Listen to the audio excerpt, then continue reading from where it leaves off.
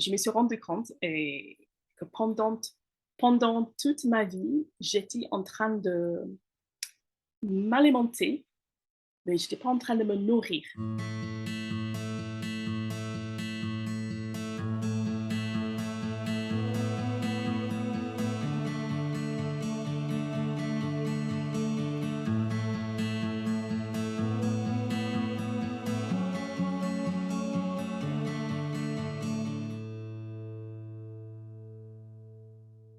Bonjour Sarah, Sarah Edwards. Comment vas-tu? Bonjour Sonia, ça va Comment très bien, merci. tu fais partie de ces agitactrices que j'avais envie d'interviewer, ces personnes qui impactent positivement le monde par leur activité, par ce qu'elles font au quotidien. Et tu fais partie de ces personnes-là. Donc merci d'être là. Et si je me rappelle de notre rencontre, ça fait 10 ans exactement.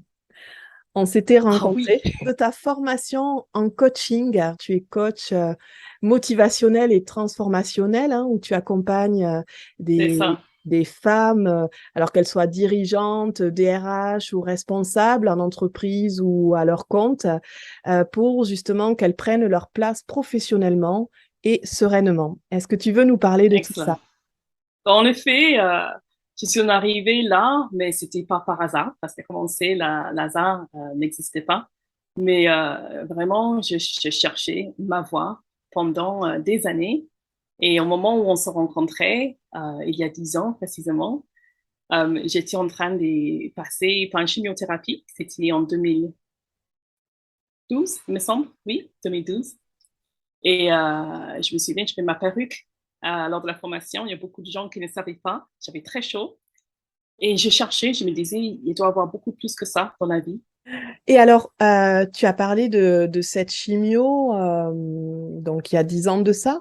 Est-ce que ça fait partie de ce déclic? Est-ce que ça a été un changement pour toi de vie, d'orientation?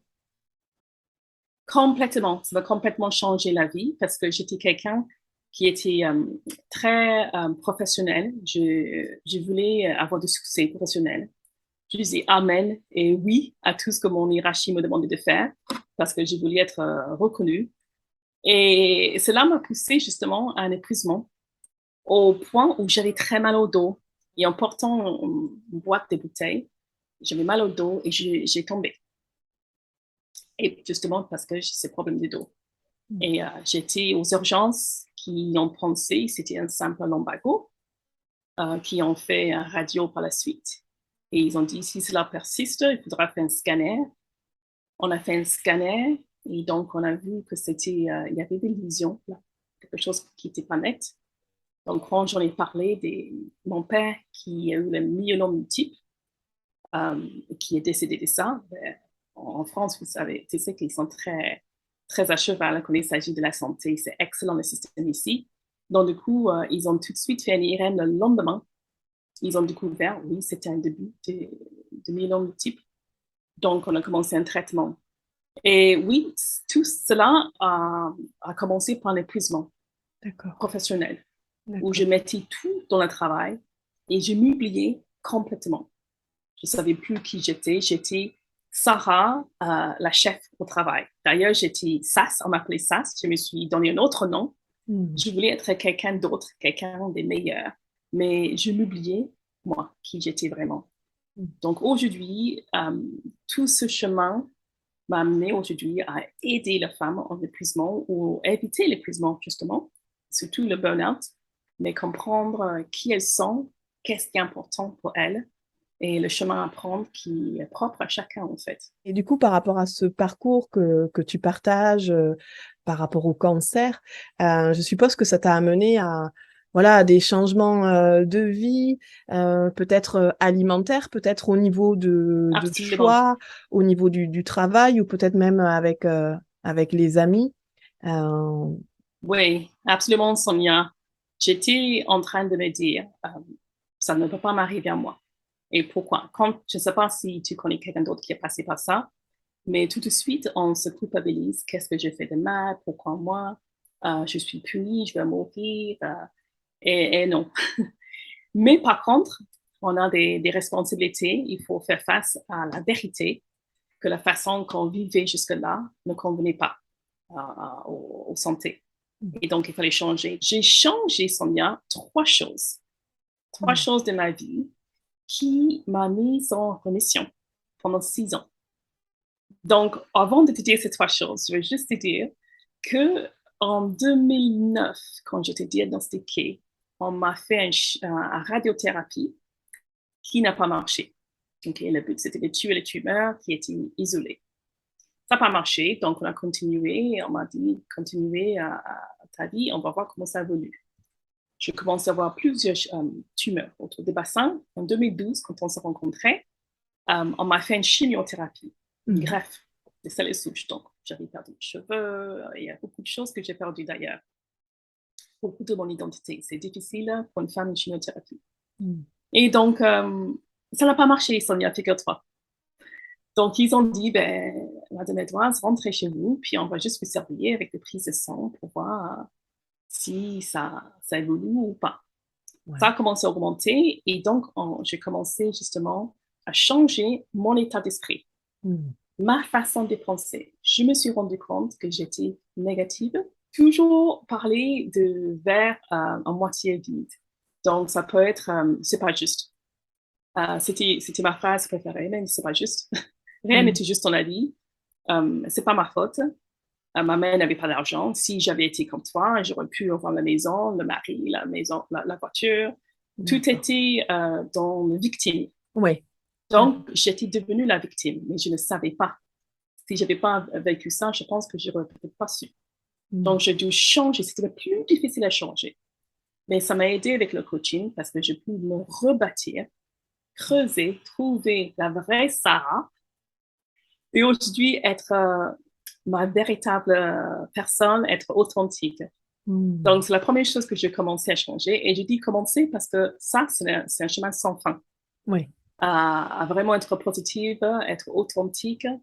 Et parce qu'avec tout ce qui se passe dans le monde, comme on sait, Sonia, c'est difficile à être positive. On pense toujours, voilà, que il y a une inondation dans ce pays, c'est terrible. Les gens vont commencer à blâmer le bon Dieu. D'autres, ils vont dire que c'est la fin du monde. Donc, c'est difficile à rester dans la positivité. Donc, c'est un chemin sans fin. Donc, c'est la première chose que j'ai dû commencer à changer. Donc, c'est quelque chose qu'il faut nourrir. C'est ça? Ah, sans cesse. OK. Sans cesse. Absolument. Et je continue à le nourrir en faisant de la méditation, en parlant avec des gens positifs comme toi. Et la deuxième chose, c'était la nourriture.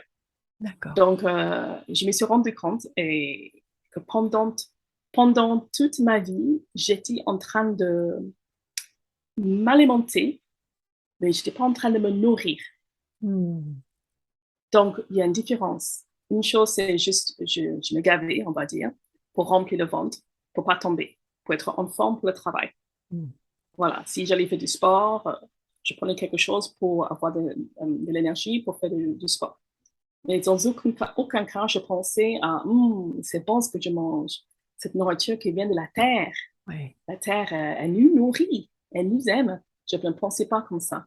Donc, j'ai dû changer cette façon de faire et apprécier la nourriture et commencer à me nourrir. Et chaque fois que je mangeais, j'imaginais où ça allait dans mon corps pour me nourrir, comme si c'était un jardin qui est en train de se faire arroser par cette nourriture.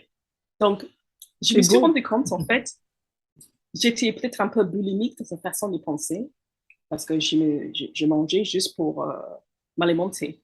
Et là, j'ai commencé à prendre plaisir. Et quand le corps était rempli, le ventre, j'ai arrêté. Mais ça a beaucoup changé pour moi parce que je n'avais pas l'habitude de ça du tout. J'aime bien alimenter et se nourrir. Merci de partager cette différence. Et donc, la troisième, oui, ça change complètement. Ouais. La troisième chose que j'ai dû changer, Sonia, c'était le sport, le corps physique.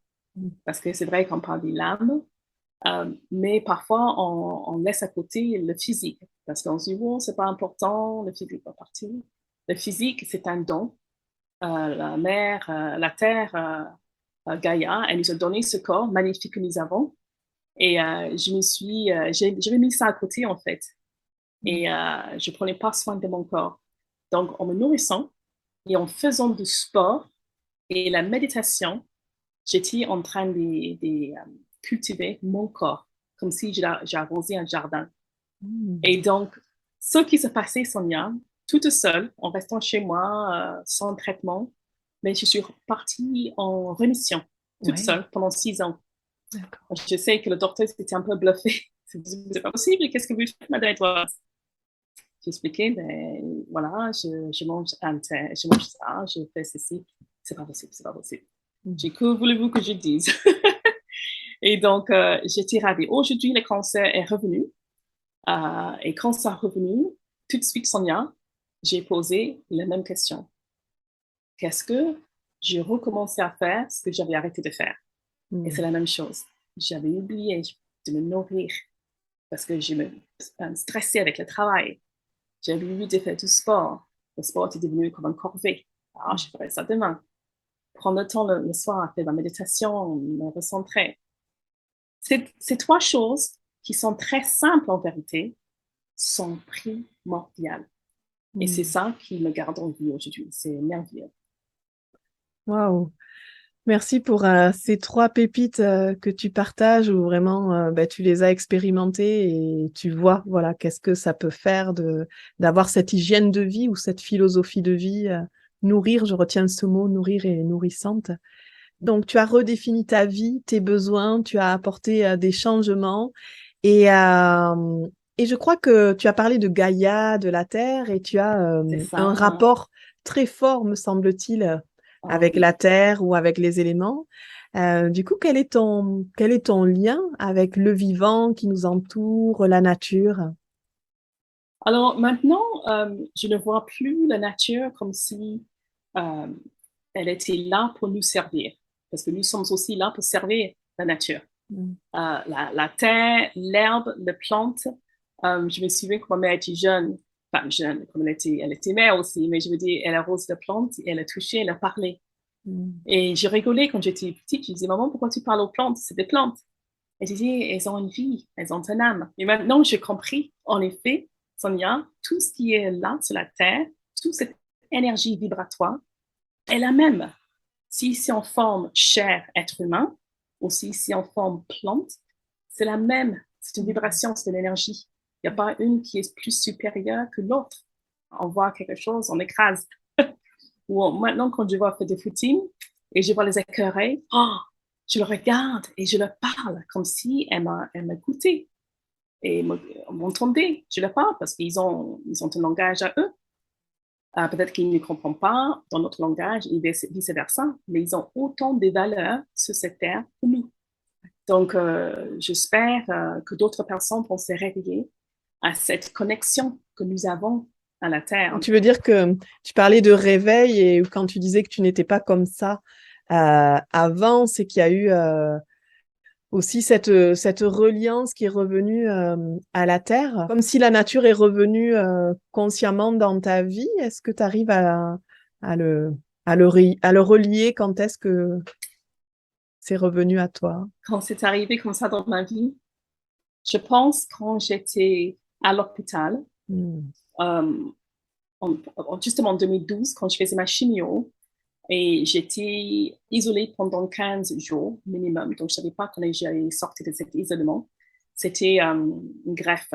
Donc, une fois qu'on a greffé, on ferme tout, fenêtre, on ne va pas ouvrir la fenêtre, de peur qu'on attrape des bactéries, des microbes et que la cellule ne sait pas se défendre. Donc, du coup, j'étais en isolement.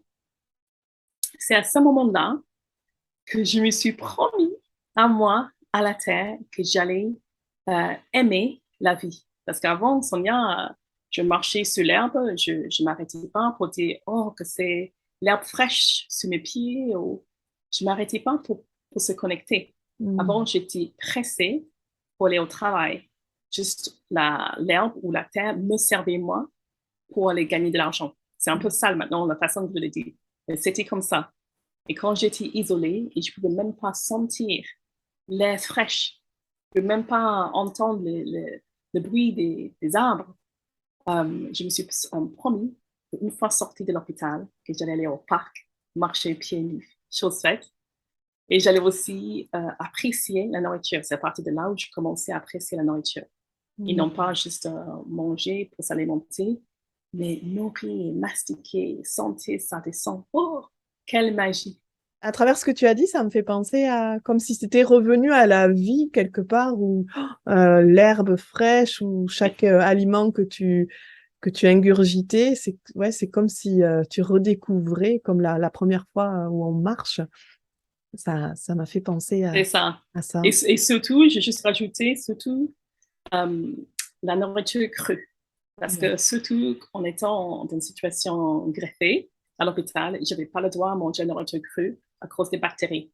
Qu'est-ce que ça m'a manqué, la vraie nourriture. Et après ça, j'ai commencé à manger la nourriture crue, à apprécier les fruits, de la laitue, des tomates, sans rien, sans sel et tout ça, juste naturel, offert par la terre. Oh, c'est merveilleux. En tant que citoyenne, qu'est-ce que je peux faire dans mon quotidien vraiment pour impacter positivement la planète et ainsi avoir vraiment un impact sur demain, sur notre devenir à tous? Qu'est-ce que je peux faire au quotidien?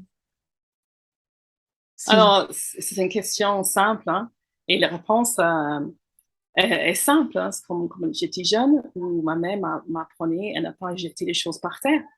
Hmm. Juste aujourd'hui, en allant courir, j'ai vu un monsieur qui attendait le bus, qui fumait, c'est son droit. Mais avant que le bus arrive, il jette le mégot par terre. J'avais envie de hurler. Je dis, même en 2022, même à notre jour, les gens sont toujours inconscients à jeter les choses par terre parce que c'est juste une éducation. Hmm. C'est pas quelqu'un de mauvais. Dans les choses quotidiennes, déjà, s'il n'y a pas de poubelle, on met ça dans la poche, parce que ma mère m'a pris, jusqu'on trouve une poubelle. Hmm. Donc ça, c'est quelque chose que tout le monde peut faire. Quoi d'autre que tu fais toi dans ton quotidien, justement, qui a un impact Je positif? continue à manger sainement des choses crues Hmm. euh, qui poussent de la terre. Donc, je n'ai pas de jardin, donc je ne peux pas pousser mes carottes et tout ça. Quand je suis en Martinique, où je vis, euh, on mange des fruits de l'arbre. Hmm. Donc, c'est plutôt des saisons. Parce que quand on commence à importer, bien sûr, il y a le carbone des avions et tout ça qui pollue. Donc, même si c'est bio qui vient d'ailleurs en Afrique, ben, c'est pas tout à fait bio. Oui. Donc, manger local, c'est excellent. Ça alimente déjà le fermier Oui. local, donc c'est excellent pour eux. Mais aussi, c'est bon pour soi. Si on vit dans cet climat, cet environnement, ça veut dire la nourriture locale est bonne pour notre corps. Maintenant, tout est axé sur le travail. La nourriture rapide, le fast-food, a été inventée pour nous aider à travailler plus. On Hmm. mange moins, mais on travaille plus. L'argent, l'argent, l'argent dans nos poches ou pas, parce que souvent c'est la poche de quelqu'un d'autre. Et en tout le cas, tout est focalisé, la société, c'est sur l'argent et le travail. Toujours aller au supermarché et prendre tout ce qui est au même endroit. Le supermarché, c'est fait pour ça. Ouais. On prend de l'eau, on prend des légumes, on prend le surgelé, on prend le frais, poisson, viande. Et c'était inventé pour qu'on n'a plus besoin de s'éparpiller à droite à gauche. Hmm. Pour lui garder, gagner en temps, pour après le travail, on prend ça, on rentre, on mange. Tout a été fait en sorte qu'on soit plus rapide pour manger et prendre plus de temps pour travailler. J'espère que ce message est clair parce que pour moi, c'est ça qui a basculé. Tu vis en Martinique, donc près de l'océan. C'était dans la continuité d'être en adéquation avec tes nouveaux choix de vie, c'est ça? Être C'est plus près de exactement la ça. nature? Oui, oui, oui, oui. Sonia, j'ai vécu en France pendant 28 ans, dont 17 ans à Toulouse, là où nous sommes rencontrés. Et le choix de Toulouse, c'était pour mon fils, pour être auprès de son père, avec lequel j'étais séparée. Et le cancer a été diagnostiqué à Toulouse 2009, 2012 et revenu 2019. D'accord. Et donc, par rapport à 2019, c'est là où je me suis posé beaucoup de questions, des freins. Je dit, oh, stop. qu'est-ce qui se passe ici à Toulouse? C'est pas Toulouse, Toulouse est merveilleux, j'adore. Mais en effet, tout le choix que je fais n'était pas pour moi. Donc, c'était peut-être le bon choix au moment donné pour mon fils, parce que j'étais mère isolée. Maintenant, il fallait que je fasse le bon choix pour ma santé. Ouais. Et j'ai décidé de vivre là où je suis alignée, où j'ai plus besoin de me forcer à intégrer dans une société qui ne me convenait pas. Je suis quelqu'un qui adore l'eau, cet élément, nager tout au long de l'année et non pas seulement l'été. Donc, j'avais toujours en tête de déménager auprès de la mer. Je disais mon fils, il me disait, mais où? Tu vas où? Je dis, je ne sais pas. Je suis comme ça. Je lance l'idée à l'univers et j'attends des réponses. Je ne savais pas si c'était Côte d'Azur, je ne savais pas si c'était Argelès ou bien Argelès, mais je me suis dit, l'été, il fait bon, mais le reste de l'année, comment faire? Je n'ai jamais été aux Antilles. Et c'était le Covid, donc je n'ai même pas pu aller visiter pour le Covid pour me faire une petite idée parce qu'on était isolés. Une copine qui a dit, habite à Toulouse mais qui vient de la Martinique, m'a dit, je vais en Martinique en vacances chez mes parents, pourquoi tu ne viens pas avec moi? J'ai dit, non, non, non, Martinique, c'est hors des prix, hors des questions, trop grandiose pour moi, je me gardais toujours les petites choses autour de moi. Et un jour, je me suis dit, tu sais quoi, pourquoi pas? J'ai même pris un crédit, Sonia. Pourquoi pas? La vie est courte. Regarde, avec la pandémie, on ne pouvait même pas sortir. Je suis sortie, je suis partie avec elle. Mais bien avant ça, Sonia, pendant la pandémie, j'avais dessiné avec un coach la vie que j'aurais aimé avoir, que je voulais avoir. L'appartement idéal, avec vue sur mer, avec le balcon, le rail du balcon qui était en blanc et que je voyais la mer. Et j'avais mis ça à côté, j'avais oublié. Et donc, j'étais partie en Martinique chez la mère de cette copine. Il y avait en sortie tout juste de pandémie, mais par rapport au respect pour la mère qui était assez âgée, j'ai décidé de rester plus de temps sur le balcon, dans la grande terrasse. Tu sais que ça allonge toute la maison. Et j'ai rentré juste pour manger et me doucher. Et c'est seulement aux deuxième semaine, en restant là en train de regarder la mer avec le rocking chair, que je me suis dit, c'est ici que j'ai dessiné, c'est exactement ce que j'avais dessiné. Le même ferraille, la même vue, l'appartement que ça a montré. Je me suis mise à pleurer, Sonia. Je ne pouvais pas m'empêcher de pleurer. D'un, parce que j'ai découvert les Antilles, donc mes origines. Je n'avais jamais été de ma vie, j'ai 50 ans. Et deux, c'était la réponse que je cherchais. Ouais. Et c'est là que j'ai décidé, voici ma réponse. Je vais emménager en Martinique. Et 12 mois plus tard, j'étais en Martinique. 13 mois, jour pour jour. Magnifique, magnifique, où tu suis, voilà, tu suis ton inspiration, l'appel du cœur ou de l'âme. Et sinon, une autre question pour toi, qu'est-ce que, voilà, je peux réaliser dans mon quotidien, mais de manière encore plus durable pour amener un changement encore plus profond? Déjà, quotidien, ça va être plutôt marcher si on peut, plutôt que prendre la voiture. Plus global, quelque chose qui me tient beaucoup à cœur, je ne sais pas si tu le savais, Sonia, j'adore les étoiles. Je suis toujours la tête dans les étoiles. Et j'aime bien regarder les Ariane et tout ça, les shuttles qui sont partis dans l'espace, etc. Je trouve ça juste, ça me fascine. Mais toujours la question qui vient à l'esprit, est-ce que c'est bon pour la nature? Et quand je parle de nature, c'est pas que la planète Terre. Voilà, est-ce que c'est bon? Est-ce qu'on n'est pas en train de polluer l'espace? Parce qu'on m'a parlé des débris qui sont en train de flotter, qui peuvent tomber plus tard sur la Terre. Ça ne paraît pas très propre d'une mentalité de juste envoyer plusieurs satellites et ne pas penser aux conséquences. Et je trouve ça, il n'y a pas que nous en France, il y a les États-Unis, il y a la Russie, et l'espace, ce n'est pas qu'à nous. Les civilisations dans l'espace, on est en train de tout polluer en fait. Et je pense globalement, ça c'est quelque chose que devrait être traité. Si ce n'est pas déjà le cas, peut-être c'est le cas, mais je ne sais pas. mais ça devait être traité, la façon d'envoyer les choses plus sainement.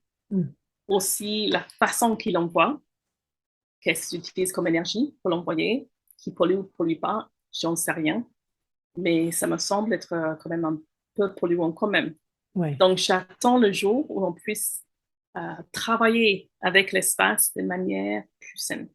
Merci pour toutes ces pépites, tous ces trésors qui vont nous aider à traverser cette période, ce changement sociétal qui est en train de s'instaurer aussi par rapport aux enjeux climatiques actuels. Donc, merci d'avoir répondu présente et à très bientôt, Sarah Edwards, de te voir.